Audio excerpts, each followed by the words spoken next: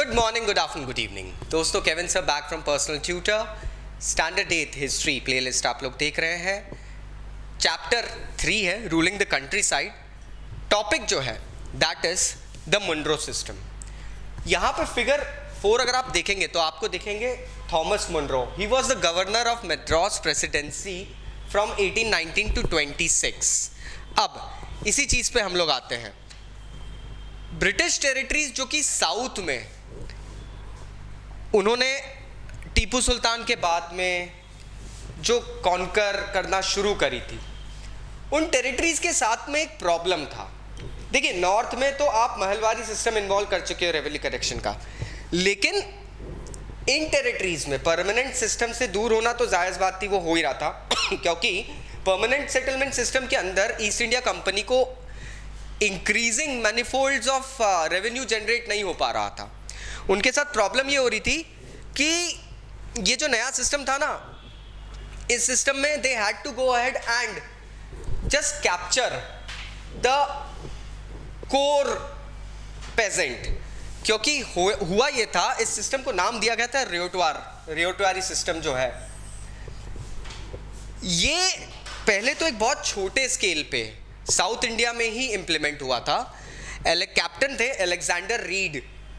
उन्होंने टीपू सुल्तान के वॉर के बाद में जब ये देखा कि कुछ विलेजेस या कुछ किंगडम्स जो कैप्चर किए गए, वहाँ पे कोई परमानेंट ज़मींदार नहीं है, तो वहाँ पर किस तरीके से आप ये रेवेन्यू सिस्टम लागू करेंगे। हालांकि इस सिस्टम को छोटे स्टेज पे डाला था, लेकिन बाद में थॉमस मुनरो ने इस सिस्टम को पूरे साउथ इंडिया के ऊपर ग्रेजुअली स्प्रेड कर दिया।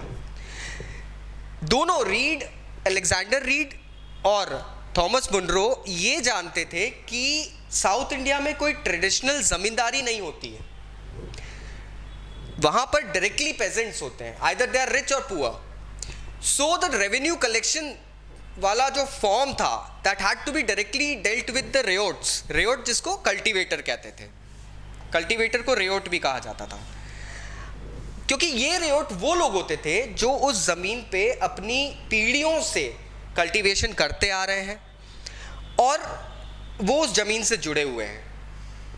वो अपनी ज़मीन किसी और को देने नहीं वाले, किसी और को उनके ऊपर रूल भी नहीं करने देने वाले। तो डायरेक्टली उनसे बात करके आप अगर रेवेन्यू लो तो that would be better.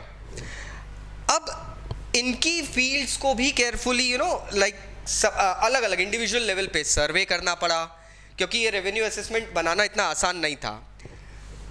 Thomas Munro का एक सोचना था, उनका ये सोचना था कि British East India Company should act as a father figure for these ryots and it should help them to go ahead and generate more production, more crop, as well as provide more revenue. क्योंकि अगर हम इन लोगों को, अगर east India company वाले इन रेयोट्स को promote करेगी कि तुम ज़्यादा फसल पैदा करो, तो जाहिर सी बात है उनकी इनकम बढ़ेगी, और इनकम बढ़ी तो उनका रेवेन्यू जो ईस्ट इंडिया कंपनी को मिलने वाला है वो भी बढ़ेगा। लेकिन ये फोर्सफुली नहीं हो सकता था, क्योंकि साउथ इंडिया की मेंटालिटी अगर हम बात करें तो विलेजेस की बहुत अलग है in comparison to north India. Since India was a diverse land, तो एक ही सिस्टम को ईस्ट इंडिया कंपनी हर जगह नहीं थोप सकती थी। Thus came out the Rayotwari system. I hope now the topic is clear. फिर भी अगर कोई डाउट्स है तो नीचे कमेंट बॉक्स से कमेंट जरूर करना। Thank you very much, take care.